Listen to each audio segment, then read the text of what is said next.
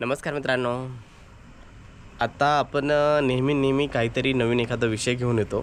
तर आजचा एक आपण नेहमीचा विषय असतो, एक आयुष्य कसं असावं किंवा आयुष्य कसं जगावं, आयुष्याचं मॅनेजमेंट कसं करावं. म्हणजे आता आपण लहानपणापासून जर विचार केला, तर आता मुलगा जेव्हा 3-4 वर्षाचा होतो तोपर्यंत तो बिनधास्त खेळतो, कशाचं टेन्शन नसतं. नंतर प्रायमरी शाळा होती, हायस्कूल होती, मग कॉलेजला जातो. कॉलेज झाल्यानंतर मग जॉब सर्चिंगला लागतात. जॉब लागेपर्यंत 22-23 वर्षाचा तो होतो, 23-24 वर्षाचा, कुणी 25 वर्ष. त्यानंतर माणसाचं लग्न होतं. लग्न झाल्यावर मूळबाळ होतात आणि जे नेहमीचं काम असतं, सकाळी जा संध्याकाळी वापस या, हे आयुष्यभरचं जोपर्यंत माणूस आहे ना तोपर्यंत हाच रुटीन माणसाचा असतो. आता माणसाच्या रुटीनमध्ये अजून एक गोष्ट ॲड झाली, तो म्हणजे पैसा, संपत्ती, धन, लोभ, मोह, माया. तर या गोष्टी ॲड झाल्यामुळे माणसाचं जीवन आहे ना, हा माणसाच्या जीवनासारखं बिलकुल राहिलं नाही. तर हा झाला धावपळीचं जीवन. आता माणसांनी जीवन कसं जगायला पाहिजे. आता प्रत्येक माणूस जीवन जगतोच, तर तुम्हाला वाटेल की हा माणूस जीवनाच्या पलीकडे अजून काय सांगतोय. तर आता तुम्ही एक विचार करा, खूप सारे लोक आहे, खूप पैसा आहे, कोटींनी पैसा आहे. आता ज्या माणसाकडे रुपये आहे ते हजारो कमावतात, ज्यांच्याकडे हजार आहे ते लाखोच्या मागं लागतात, ज्यांच्याकडे लाख आहे ते कोटीच्या मागं लागतात, ज्यांच्याकडे कोटी आहे ते अब्जाच्या मागं लागतात. म्हणजे माणूस सॅटिस्फॅक्शन आहे का आज? तर बिलकुल नाही. तर आज तुम्ही एक विचार करणार, माणसाचं आयुष्य आहे 60-65 वर्ष ॲव्हरेज सध्या भारतामध्ये. तर माणूस आज जेव्हापासून कमवायला लागतो तो कधीच विचार करत नाही की नाही आता आपल्याला जो पैसा येतो आहे तो सफिशियंट आहे आपल्याकडे, आपल्याला लाईफ जगायची आहे. आपला भारत देश बघा, जवळपास 28-29 काही राज्य, काही केंद्रशासित प्रदेश आहे. प्रत्येक राज्याची संस्कृती वेगळी आहे, प्रत्येक देशाचं कल्चर वेगळं आहे, प्रत्येक राज्यामध्ये वेगवेगळे कल्चर आहे, त्यांची खाद्य संस्कृती वेगळं आहे, त्यांचे कपडे नेसण्याची पद्धत वेगळी आहे, त्यांचे कपडे वेगळे आहेत, त्यांचं डेली रुटीन वेगळं आहे, त्यांचा आहार वेगळा आहे, त्यांची सगळी जीवनशैली म्हणजे लाईफस्टाईल हे चेंज आहे. तर आपण कधी हे पाहिलं का? कधी विचार येतो का बाबा आपण आपलं गाव सोडून, आपला तालुका सोडून, आपला जिल्हा सोडून, आपलं राज्य सोडून आपण बाहेर जाऊ, कुठेतरी तिकडचं कल्चर बघू.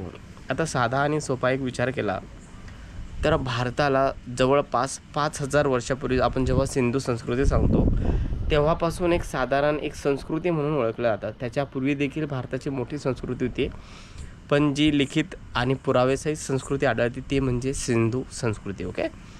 तर तेव्हापासून जर आत्तापर्यंत घेतलं तर अशा विविध राजे महाराजे भारतामध्ये होऊन गेले. विविध देशातील राज्यांनी राज्यकर्ते आहेत किंवा विविध राजांनी तर भारतावर आक्रमण करून भारतात स्थायिक झाले. त्यांचं कल्चर इथे स्थापन केले, ते इथेच राहिले. त्यांच्या पिढ्यानपिढी 100-100, 200-200, 300-300 वर्ष सगळ्या पिढ्या इथे गेल्या.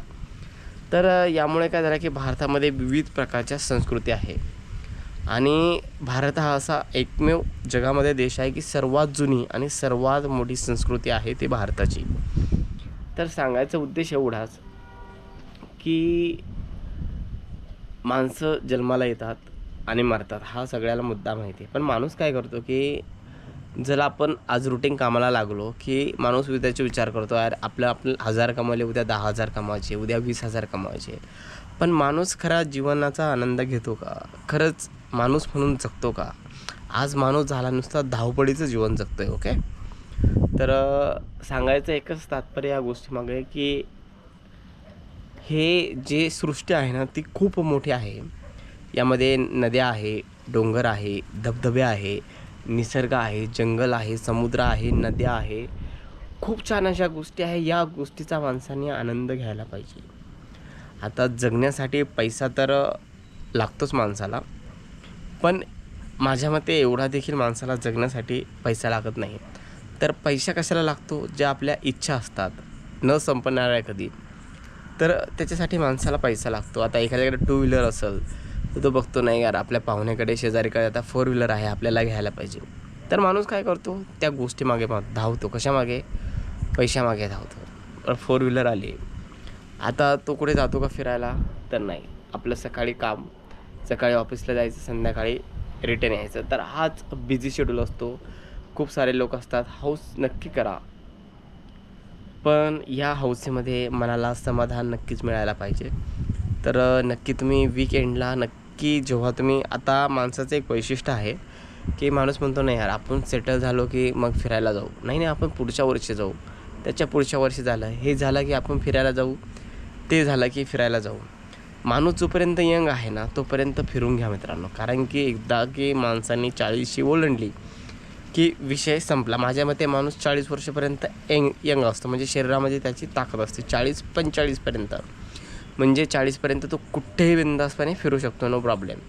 पण 40च्या वर माणसामध्ये गेलं की माणसाला विविध आजार होणार. कारण की आता भारताची लाईफस्टाईलच चेंज झाली आहे. त्यांचं खाद्य पूर्णपणे त्यांनी चेंज केलं. सध्या भेसळयुक्त अन्न आहे, खाण्यापिण्या लाईफस्टाईल आहे, फास्ट फूड आहे. यामुळे माणसाचे सशक्त आहार आहे तो बंद करून माणसाने काय केलं की आता वेस्टर्न लाईफ त्यांनी स्वीकारली. Maggi, pizza, burger. तर अशा ज्या गोष्टी आहे ना या माणसामुळे देखील माणसाची लाईफ आणि लाईफस्टाईल ही पूर्णपणे चेंज होऊन गेलेली आहे. तर सांगायचा उद्देश एकच, निसर्ग खूप छान आहे. तुमच्याकडे कोणतीही गोष्ट असो किंवा नसो पण तुम्ही या निसर्गाचा आनंद घ्या. कारण की माणूस जगता जगता विसरून जातो की आपल्याला एक दिवस मरायचं आहे. आणि माणसाचा जेव्हा शेवटची वेळ येते 40-45 खूप त्याला दुखतं, आजार होतो. मग माणसाला शेवट रिअलाईज होतं की अरे यार आपण आलो आणि आपल्याकडून मोठी चूक झाली. पण त्यावेळेस ही वेळ गेलेली असते. त्यामुळे सांगतो मित्रांनो, तुम्हाला भारताच्या बाहेर विदेशात जाण्याची गरज नाही. भारत एवढं मोठं आहे ना, जर तुम्ही तुमच्या वयाच्या 5व्या वर्षापासून जर 60व्या वर्षापर्यंत फिरले ना तरी देखील भारतातील पॉईंट संपणार नाही. एवढा मोठा आपला भारत देश आहे. तर भारताची संस्कृती तुम्ही बघा. मी देखील जवळपास 6-7 स्टेट माझे झालेले आहे. आणि आत्ता माझा देखील प्लॅन आहे की भारतातील प्रत्येक संस्कृती सुरू करायची बघायला. तर हाच आहे, जीवन रुटीन चालूच असणार आहे. साखळी पद्धत, आज आपण नसणार, उद्या कोणीतरी असणार, उद्या कोणी असणार, त्याच्या पूर्वी कोणीतरी नसणार. म्हणजे असणं नसणं ह्या गोष्टी चालूच आहे. पण माणसांनी माणसाचं जीवन नक्कीच जगायला पाहिजे असं मला वाटतं. धन्यवाद.